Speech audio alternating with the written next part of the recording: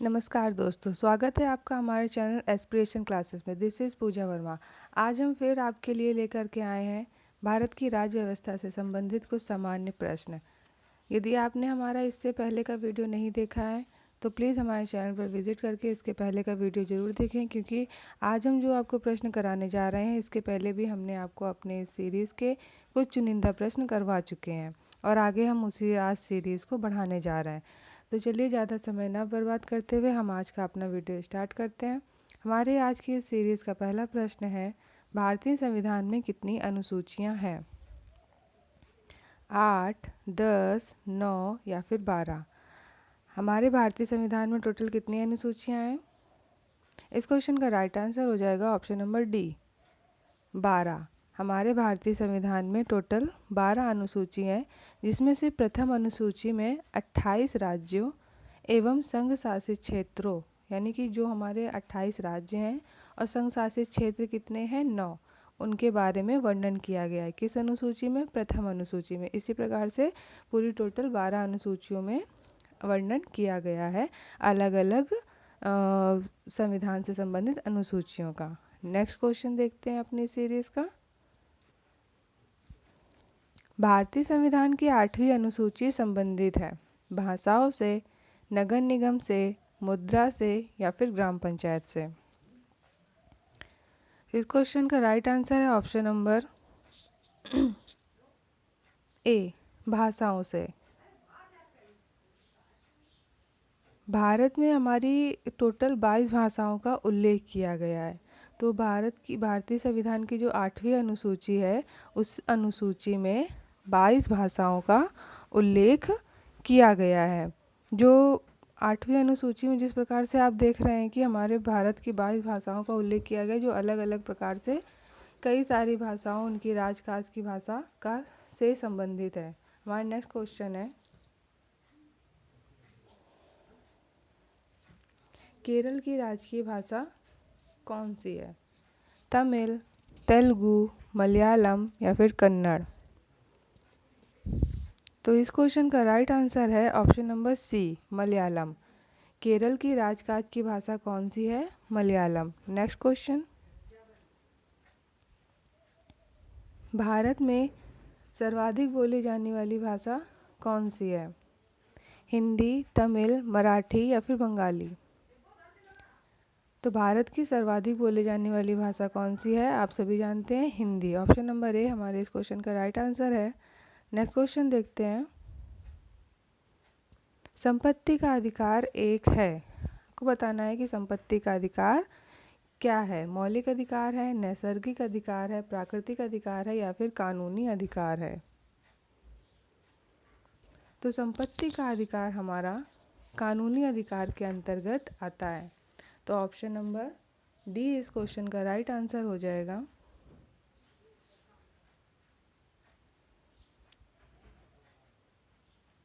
Next question, भारतीय संविधान में लिखित मौलिक अधिकार किससे संविधान से लिए गए हैं? अमेरिका, ब्रिटेन, फ्रांस या फिर कनाडा? तो भारतीय संविधान में लिखित मौलिक अधिकार किस संविधान से लिए गए हैं? अमेरिका। ऑप्शन नंबर ए इस क्वेश्चन का राइट आंसर है। तो संयुक्त राज्य अमेरिका से कौन कौन से अधिकार लिए गए हैं? मूल अधिकार लिया गया है, प्रस्तावना, न्यायिक पुनर्विलोकन, संविधान की सर्वोच्चता, राष्ट्रपति पर महाभियोग, उपराष्ट्रपति का पद, राज्यपाल की नियुक्ति एवं संघीय व्यवस्था। ये सारे स्रोत संयुक्त राज्य अमेरिका से लिए गए हैं। नेक्स्ट क्वेश्चन, भारतीय संविधान में अब कितने मूल अधिकार हैं?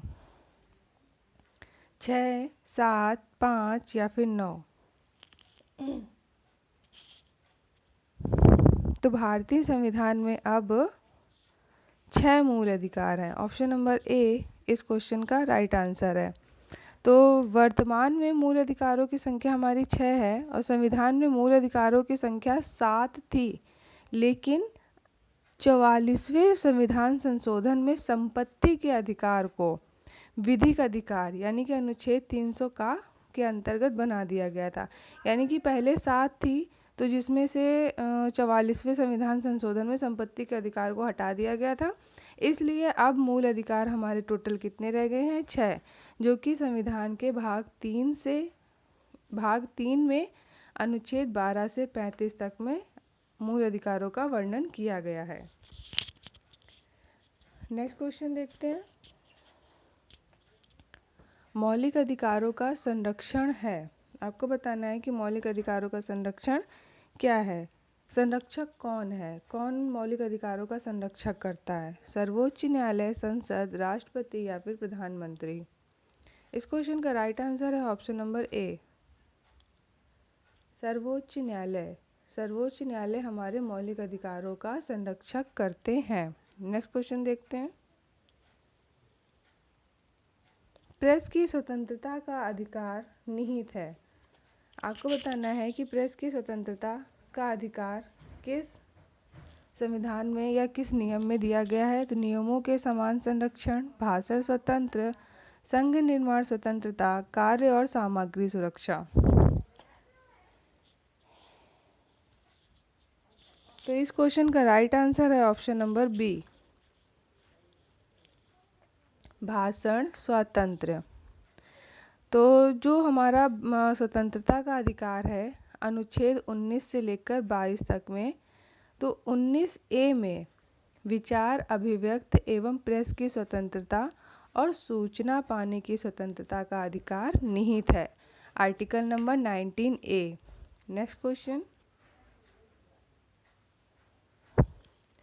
भारत के संविधान में मूलभूत कर्तव्यों को जोड़ा गया था 40वें संशोधन द्वारा, 42वें संशोधन द्वारा, 43वें संशोधन द्वारा या फिर 44वें संशोधन द्वारा?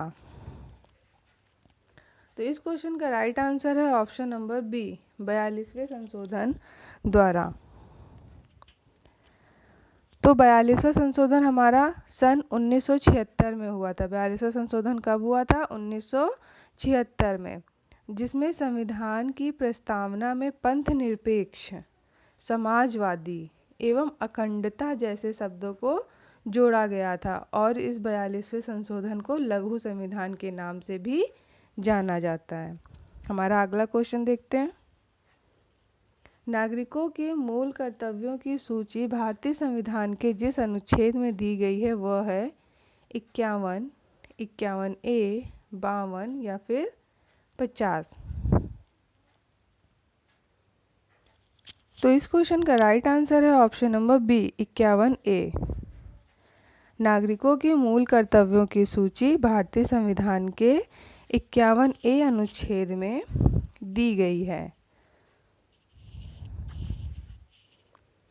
तो जो 51A है वो हमारा मौलिक कर्तव्य से संबंधित हो जाता है, जो 42वें संशोधन में जोड़ा गया था और संविधान के भाग 4 का में अनुच्छेद 51 का में वर्णित है। और इनकी कुल संख्या कितनी है? 11। ठीक है, मूल कर्तव्यों की हमारे टोटल संख्या कितनी है? 11, जो कि 42वें संशोधन में संशोधित किया गया था। तो इस प्रकार से आप देख रहे हैं कि हमने आपको अपनी सीरीज़ में कई महत्वपूर्ण क्वेश्चन करा रहे हैं और आगे भी हम आपको इसी तरह से अपने प्रश्नों की सीरीज़ लेकर के आते रहेंगे। यदि आप हमारे चैनल पर पहली बार विजिट कर रहे हैं तो प्लीज़ हमारे चैनल को लाइक, शेयर एंड सब्सक्राइब अवश्य करें। तो चलिए देखते हैं हम आज की अपनी सीरीज़ का नेक्स्ट क्वेश्चन। भारतीय संविधान में कितने मूल कर्तव्यों को 42वें संशोधन द्वारा जोड़े गए हैं? 8, 9, 10 या फिर 12? तो आपको बताना है कि जो 42वां संशोधन हुआ था उसमें कितने मूल कर्तव्यों को जोड़ा गया था संशोधन के द्वारा? तो इस क्वेश्चन का राइट आंसर है ऑप्शन नंबर सी, 10। 10 मूल कर्तव्यों को 42वें संविधान संशोधन द्वारा जोड़ा गया था। नेक्स्ट क्वेश्चन देखते हैं। भारतीय संविधान में नीति निर्देशक तत्व किस देश के संविधान से लिए गए हैं? आपको पता होगा कि हमारे देश के संविधान में बहुत सारे ऐसे स्रोत हैं जो कि विदेशों से लिए गए हैं। ऐसे बहुत सारे स्रोत हैं जो कि विदेशों से लिए गए हैं। तो उसी कड़ी में यह है कि आपको बताना है कि जो नीति निदेशक तत्व है वो किस देश के संविधान से लिया गया है। अमेरिका, दक्षिणी अफ्रीका, ब्रिटेन या फिर आयरलैंड। तो इस क्वेश्चन का राइट आंसर है option number D, Ireland. Ireland राज्य से कौन कौन से हमने स्रोत लिए हैं भारत के संविधान में? राज्य के नीति निदेशक सिद्धांत लिए गए हैं। राष्ट्रपति द्वारा राज्यसभा में ख्याति प्राप्त व्यक्तियों का मनोनयन, यानी कि आपको पता होगा कि जो राज्यसभा में भारत के राष्ट्रपति द्वारा कुछ चयनितों का चयन होता है जो कि इसी आयरलैंड संविधान से लिया गया है। और राष्ट्रपति की निर्वाचन के संबंधी जो भी प्रक्रिया होती है वो भी आयरलैंड देश के संविधान से स्रोत लिया गया है। अगला क्वेश्चन देखते हैं। संविधान के भाग 4 में वर्णित है मूल अधिकार, मौलिक कर्तव्य, नागरिकता या फिर नीति निदेशक तत्व। तो संविधान के भाग 4 में क्या वर्णित है? संविधान के भाग 4 में नीति निदेशक तत्व वर्णित है। ऑप्शन नंबर डी हमारे इस क्वेश्चन का राइट आंसर हो जाएगा। चलिए देखते हैं अपना अगला क्वेश्चन।